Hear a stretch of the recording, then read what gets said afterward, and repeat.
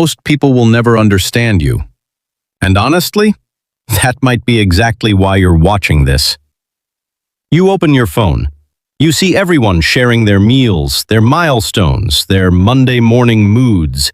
And somewhere deep inside, there's this quiet voice asking, why don't I feel the need to do that?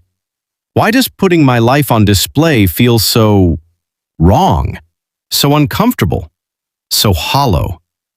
And maybe, just maybe, you've wondered if something is off about you. If you're missing some social chip that everyone else seems to have been born with. If your silence online means you're more private, more closed off, more broken somehow. What if I told you that's not a flaw? What if I told you that the very thing people misunderstand about you is actually one of the rarest psychological strengths a person can have in this era? If you've ever felt different, overlooked, or quietly misread because you simply don't post on social media, stay with me. Because what you're about to discover about yourself might genuinely change how you see who you are. Number 1. You have an unusually strong internal identity. Here's something most people don't realize about social media. For a large percentage of users, posting isn't really about sharing. It's about constructing. It's about building a version of themselves that feels solid, validated, real.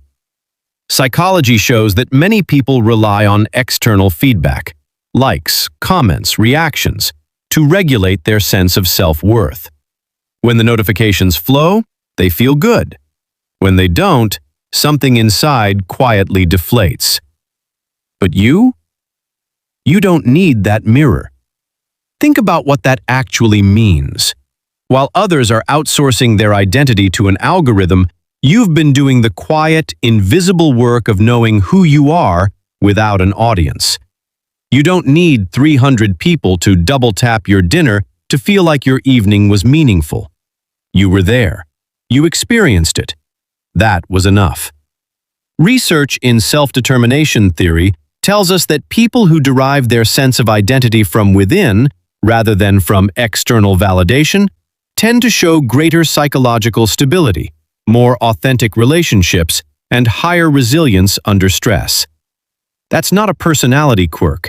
That's emotional architecture, and you built yours without even trying. Number 2. You have a rare and sophisticated relationship with privacy. We live in a world that has quietly redefined privacy as secrecy.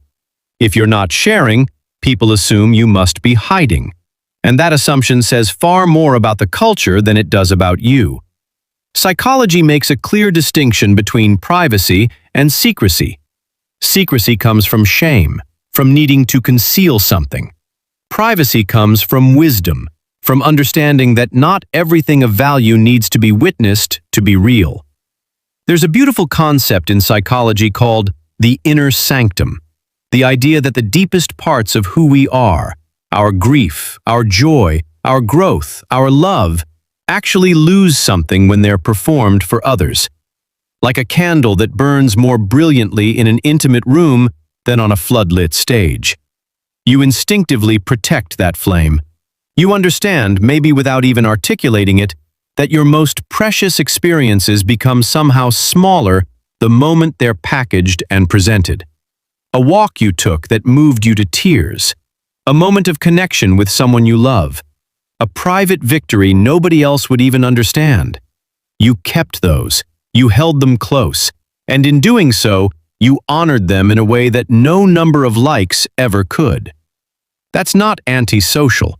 That's deeply, quietly wise. Number 3.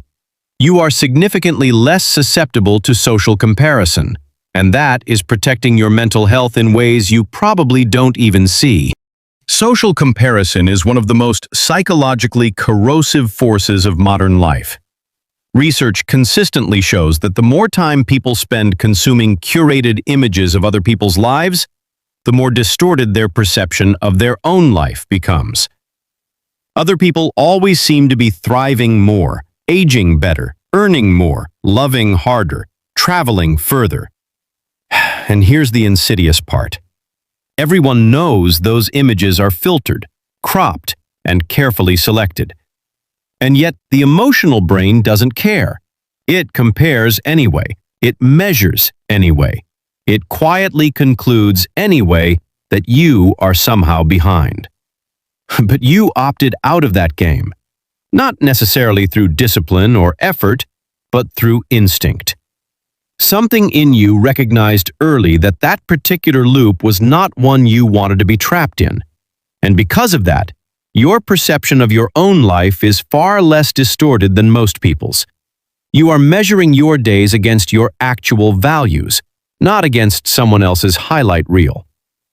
Studies in cognitive psychology suggest that people with lower social media engagement report higher levels of what researchers call life satisfaction authenticity, meaning their sense of how good their life is actually matches their real lived experience, rather than a comparison-skewed illusion. You are living more honestly than most people allow themselves to. Number 4. You think in depth, not in performance. There is a cognitive mode that social media quietly encourages. It's fast, reactive, surface level. You see something, you feel something, you post something. The loop is immediate. The thought is shallow. The emotion passes before it was ever really felt. You don't live in that mode. People who don't post tend to process their experiences internally and often far more deeply. Where others externalize their emotional life into captions and comment sections, you sit with yours. You let things settle. You let meaning develop slowly, the way a photograph develops in a darkroom. Not instantly, but with extraordinary detail. Carl Jung spoke about the introversion of feeling, the capacity to experience emotion at a depth that isn't easily expressed and isn't meant to be. This isn't emotional unavailability. It's emotional richness. It's the difference between a river that makes a lot of noise in shallow water and one that runs silently but carries tremendous depth and force. Imagine someone who just experienced a loss. While others post tributes and share grief publicly, you sit in a quiet room and truly feel what has happened. Not because you don't care, but because you care too much to reduce it to a status update. That's not coldness. That's reverence. Number 5. You have an exceptional sensitivity to authenticity and an almost allergic reaction to performance. One of the least talked about reasons people don't post on social media is this: it feels dishonest. Not dishonest in a dramatic way, but there's this subtle, persistent discomfort with the idea of shaping your life into content, of choosing the angle, the light, the caption that makes a moment look a certain way. Something in you resists that shaping. Something in you wants to just be in the moment rather than frame it. Psychology calls this high authenticity orientation. Research shows it's closely linked to emotional intelligence, moral sensitivity, and what's known as self-concept clarity, a clear, consistent, and stable understanding of who you are.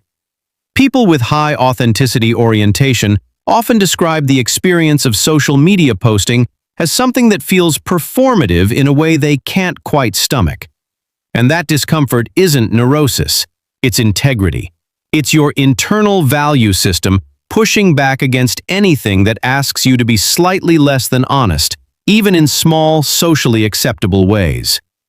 In a world that has made performance so normal that most people don't even notice they're doing it anymore, your discomfort is a signal. It's your character protecting itself. Number 6. Your silence is not absence. It's presence. This is perhaps the most important thing I want you to hear today. There is a widespread and deeply unfair assumption that people who don't post on social media are somehow less engaged with life, less connected, less vibrant, less joyful. As if life only counts when it's documented, as if experiences only matter when they're witnessed. But consider this. Research in presence and mindfulness consistently shows that the act of documenting an experience, photographing it, captioning it, sharing it, actually reduces your engagement with that experience in real time. When you're framing a moment for an audience, even a small part of your consciousness has left that moment. You are no longer fully there. You are fully there. When you're at dinner with someone you love, you are at dinner with someone you love. When you watch the sunset, you are watching the sunset. When something funny happens, you laugh. You don't pull out your phone and try to capture the laugh. You just live it. Completely. Without the glass screen between you and your own life. That fullness of presence is something people are desperately trying to reclaim. There are entire industries built around helping people learn to be present. Mindfulness apps, meditation retreats, digital detox programs, and you are already living what they are trying to teach. So here's what I want you to take with you. You are not behind. You are not broken. You are not missing something that everyone else has. You are not antisocial, avoidant, or afraid. You are someone who has held on to a quality that the digital age has made genuinely rare. The ability to live your life as if it belongs to you. Not to an audience, not to an algorithm, not to a metrics dashboard of human approval. You carry your experiences quietly, which means you carry them deeply. You protect what matters to you, which means it stays whole.